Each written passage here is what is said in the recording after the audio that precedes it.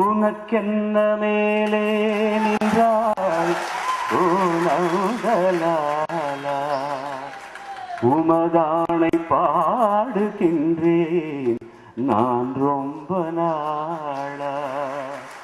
உனக்கென்ன மேலே நின்றாய் நந்தலாலா. தாய்மடியில் பிறந்தோம், தமிழ் மடியில் வளர்ந்தோம், நடிகரென மலர்ந்தோம், நாடகத்தில் கலந்தோம். ததோம் ததோம் ததகதினதோம் ததோம் ததோம் ததோம் ததகதினதோம் ததோம் ததோம் ததோம் ததகதினதூ. நீரூடி வாழ்க சுவாமி. நான் சந்திரசேகர் சார்ட்ட அசிஸ்டண்டாக இருக்கும்போது கம்போசிங் வாலி என்ன வருவாங்க. அப்போல்லாம் பார்க்கலாம் ஒரு பாட்டு நேரடியாக உருவாகிறத. விஸ்வநாதன் சார் அவங்க கம்போஸ் பண்ணும்போது அப்படியே அந்த கம்போஸ் பண்ணிகிட்டு இருக்கும்போதே இந்த லிரிக்ஸ் சொல்லி பாட்டு எழுதின காலகட்டத்தில் நான் அசிஸ்டன்ட் டைரக்டராக சேர்ந்தேன். எப்படின்னா சுச்சுவேஷன் சொன்னதுக்கப்புறம் அந்த டியூன் வாசித்து காமிச்சதுக்கப்புறம் கொஞ்சம் நேரம் அப்படி யோசிப்பாங்க. யோசிச்சுட்டு பல்லவி வராது, நாங்கள் வெயிட் பண்ணிகிட்டே இருப்போம். கொஞ்ச நேரம் தான். அதுக்குள்ளே என்ன பண்ணுவாங்க, இந்த வெத்தலை பொட்டி ஓப்பன் பண்ணி இந்த வெத்தலையை போட்டுட்டு வாஷ்ரூம் போவாங்க. போய் வாய் கொப்பளிச்சுட்டு வருவாங்க. வந்த உடனே பளிச்சுன்னு ஒரு பல்லவி சொல்லிடுவாங்க. உடனே ஓகே ஆகிடும். இது நான் வந்து சந்திரசேகர் சார்ட்ட ஒர்க் பண்ணும்போது பல தடவை பார்த்துருக்கேன். அப்புறம் பவித்ரன் கிட்ட வந்து நான் அசோசியேட் டைரக்டராக ஒர்க் பண்ணும்போது அப்போது வாலி சார் பாட்டு எழுதி வருவாங்க. அதே மாதிரி டியூன் வாசித்து காமிச்ச உடனே அப்படி யோசிச்சுட்டு இருப்பாங்க. நாங்கள் அசிஸ்டன்ட் டைரக்டர்லாம் குசு குசுன்னு பேசிகிட்டு இருப்போம். அண்ணே கொஞ்சம் வெத்தலை போட போங்கண்ணே, கொஞ்சம் வெத்தலை போட போங்கண்ணே, வாஷ்ரூம் போங்கண்ணே அப்படின்னு. அதே மாதிரி கொஞ்சம் நேரம் கழிச்சு அந்த வெத்தலை போட்டு எடுப்பார். அந்த வெத்தலையை போடுவார், வாஷ்ரூம் போவார், வாயை கூப்பிடுச்சுவார், டப்புன்னு பல்லே வந்துடும். அதுக்கப்புறம் நான் டைரக்ட் பண்ணுற படத்துக்கு கொஞ்சம் நேரம் பார்ப்போம். நானும் அசிஸ்டண்ட்லாம் சேர்ந்து டைரக்டாக சொல்லிவிடுவோம், அண்ணே கொஞ்சம் வெத்தலை போட போகிறீங்களா அப்படின்னு. இல்லை, இது எதுக்கு சொல்ல வரேன்னா, அதாவது ஒரு நாள் கணக்கில் உட்காந்து பாட்டு எழுதிட்டு வாரக்கணக்கில் உட்காந்து பாட்டு எழுதிட்டு அப்படிலாம் இல்லாமல் ரொம்ப அசால்ட்டாக கேஷுவலாக அப்படி பேசிட்டு சிரிச்சுட்டு அந்த டியூனை கேட்டுட்டு வெத்தலை போட்டு டக்குன்னு ஒரு பல்லவி ஒரு சரணம் எழுதக்கூடிய ஒரு அருமையான ஒரு பாடலாசிரியர் வாலியான அவர்கள். அதுக்காக தான் நான் அந்த சம்பவத்தை சொன்னேன். அதே மாதிரி ஃபஸ்ட்டு படம் வந்து ஜென்டில்மேனில் வந்து வாலியான பாட்டு எழுதணும்னு சொல்லிட்டு ரஹ்மான் கம்போஸ் பண்ண டியூனை எடுத்துக்கிட்டு போனேன். இந்த டியூன் கேசட்டை போட்டு காமிச்சேன். அதில் வந்து கீபோர்டில் வாசித்து வச்சுருந்தார். அப்படி மாதிரி கீபோர்டில் வாசித்து வச்சுருந்தார். கேட்டார், ஐயோ என்ன அது டியூனே காணும், ஒன்றும் பாடியும் காமிக்கல, இன்னும் கீபோர்டு மட்டும் வருது, ஏன்னா இதானே டியூனு, ஓ பாடலையா அவர் அப்படின்னு கேட்டார். இல்லைண்ணே இப்படி தானே ஃபார்மேட்டு அப்படின்னு. இது எப்படி எழுதுறது அப்படின்னாரு. சரி, அப்புறம் நான் தத்தகாரத்தில் பாடி காமிச்ச அப்புறம் எழுதினார்.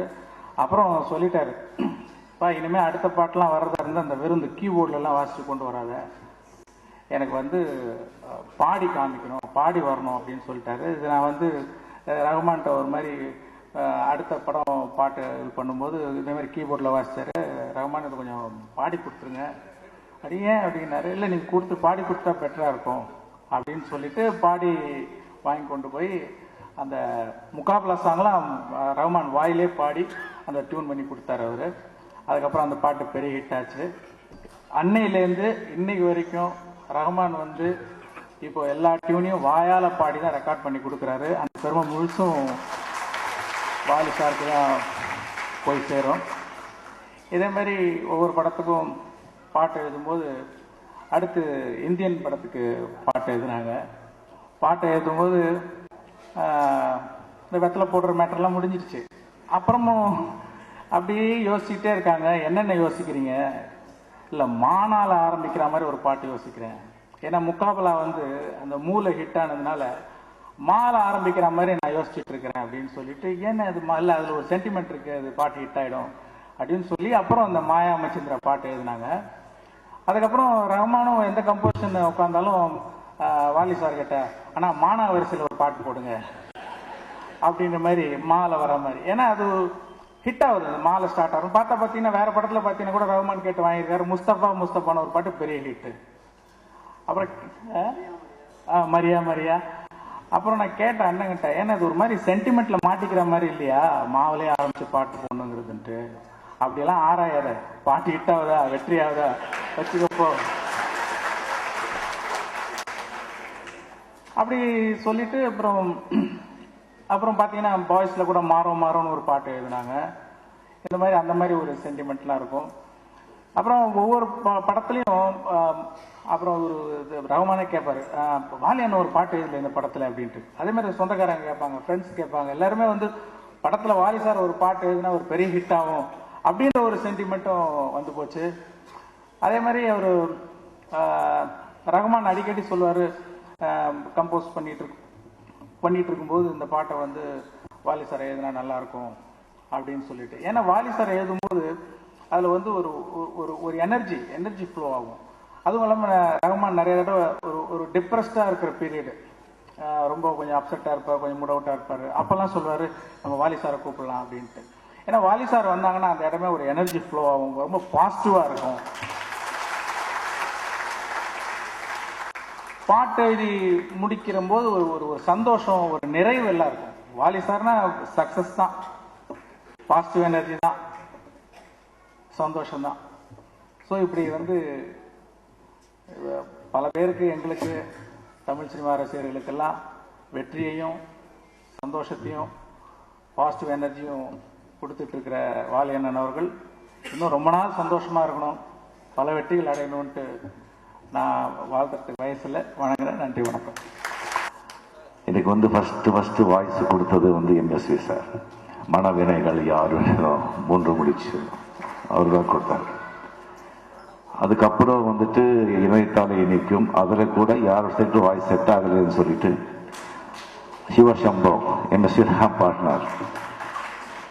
அதுக்கப்புறம் நான் ஹீரோ லிஸ்டிங் ஆன பிறகு அந்த சாங் வந்து இல்லை இது வந்து சவுந்தரராஜன் பாட்டும் அப்படின்னு சொல்லிட்டு அந்த பைரவி சாங்ல இந்த தங்கச்சி சாமி சத்யா ஸ்டுடியோஸ் அங்கே வந்து செட்டு அந்த சாங் போட்டாங்க. நான் அப்படியே பழைய எம்ஜிஆர் சிவாஜி சார் பாட்டு பாடுறது அப்படியே கேட்டுட்டு இருக்கேன். நான் அதுக்கு ஆக்ட் பண்ணணும் சொல்லி அதுக்கப்புறம் தான் எனக்கு தெரிஞ்சது. ஸோ வாலி சார் பற்றி நான் என்னத்தை சொல்றது, அப்போலிருந்து இப்போ வரைக்கும் சங்கர் வந்து புதுமையான டைரக்டர், புதுசா அவர் வந்து நினைக்கிறவர். சங்கர் எல்லாம் வந்துட்டு அவ்வளோ ஈஸியாக சாட்டிஸ்ஃபேக்ஷன் பண்ணவே முடியாது. ஏதாவது ஒரு சாங்கு கஷ்டம், என்ன கஷ்டம் ரொம்ப இதாக இருக்கு, யாருக்கு கொடுக்கலாம் சொன்னா டக்குன்னு வாலி பேர் தான் சொல்லுவார். எங்கிருந்து எங்கே பாருங்க. யூஸ்வலாக வந்து பூக்கு பெரியவரப்பா அவர் சொன்னா இதாகாது சரி, ரொம்ப பெரிய ஒரு இளைஞன் மாதிரி வாலி சார் கிட்ட போய் சொல்லிடலாம். சும்மா கேட்பறாரு, அதை வெத்தலை பார்க்குதான் போட்டு வந்தாருன்னா அவ்வளோதான். என்ன வேணும்னு கேட்பாரு, நம்ம விஷயங்கள் சொல்லணும், சும்மா அள்ளி கொடுப்பாரு. அப்படியே அது எப்படிதான் வருதோ தெரியாது. அதெல்லாம் ஒரு பிரசாதம். அப்படியே சேவ் வெத்தலை பார்க்குதா அந்த சந்திரமுகியில வரவே வராது, விழமாட்டேங்குது.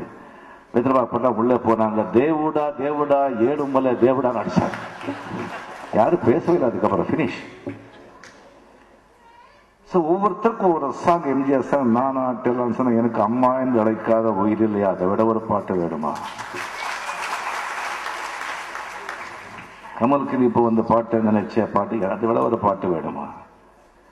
வார்த்தைகள் எப்படி வருதுன்னு சொன்னா ஜஸ்ட் ஒரு வார்த்தை ஏதோ சொன்னேன் நான். ஏதோ மேடையில் வந்து ஏதோ பணத்தையோ சொல்லும்போது என்ன பண்றதுப்பா, கல்லறைக்கு போகிற வரைக்கும் சில்லறை தேவை, அதுக்கு நான் எழுதுறேன் அப்படின்னு சொல்லி எழுதுறாரு. சுந்தர காண்டவ எழுதுறாரு. அது வாலி, இந்த வாலிங்கிற பேர் எப்படி கரெக்டா வச்சிருக்காங்க. இந்த வாலிக்கு என்னன்னு சொன்னா சுக்ரீவா, வாலிக்கு வந்து மிகப்பெரிய ஒரு பவர். ராமர் வந்து மறைஞ்சி நின்று வாலியை கொன்னதுக்கு காரணமே வாலிக்கு வந்து ஒரு வரப்பிரசாதம் இருந்தது. வாலி முன்னால யார் நின்னா கூட ஆப்போசிட் அவருடைய பாதி பவர் வாலி போயிடும். ஆல்ரெடி வாலி பவர்ஃபுல், ஆப்போசிட்டுடைய ஆள் பவரும் பாதி போயிட்டான், 1.5 மடங்கு பேச ஆயிடுவான் வாலி. அப்போ வந்து யார் ஜெயிக்கிறது? அதனால்தான் ராமன் மறைஞ்சு நின்றுட்டு பானத்தை போட்டு அடிச்சது. ஸோ இவர் வந்து உட்கார்ந்துட்டாங்க, நான் என்னையா வேணும் கேளுங்க சொன்னா பினிஷ் எல்லாருமே அப்படியே இழுத்துடுவாரு.